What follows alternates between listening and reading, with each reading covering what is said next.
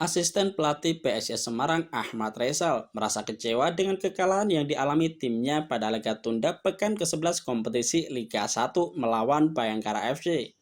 Ia berharap pemain anyar PSIS yang direkrut di putaran kedua bisa nyetel bahkan mampu menggendong tim. Dalam duel yang berlangsung di Stadion Jatidiri Semarang pada Senin 9 Januari 2023, Mahesa Jenar dipaksa bertekuk lutut 1-0 lawan Bayangkara FC. Ini merupakan kekalahan perdana Fortes CS di kandang sendiri. Gol sematawayang Bayangkara FC dicetak Kasim Botam pada pertengahan babak kedua, tepatnya pada menit ke-65. Kekalahan ini membuat PSIS Semarang kembali memperpanjang tren kekalahannya. Sebab dua laga sebelumnya mereka tumbang dari PSM Makassar 0-2 dan Bali United 0-3.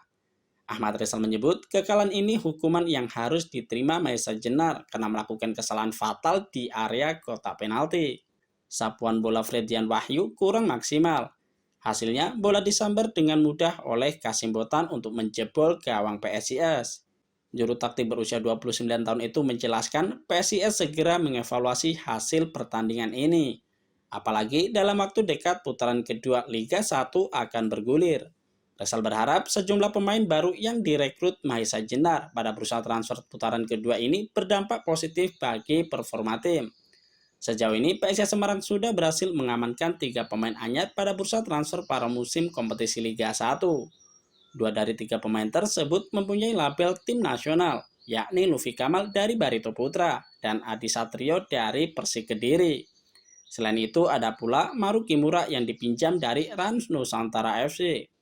Dalam waktu dekat, PSIS juga diprediksi akan segera mengumumkan pemain baru, sebab ada satu gelandang asing yang tengah menjalani masa trial bersama Mahesa Jenar, yakni Rio Fuji.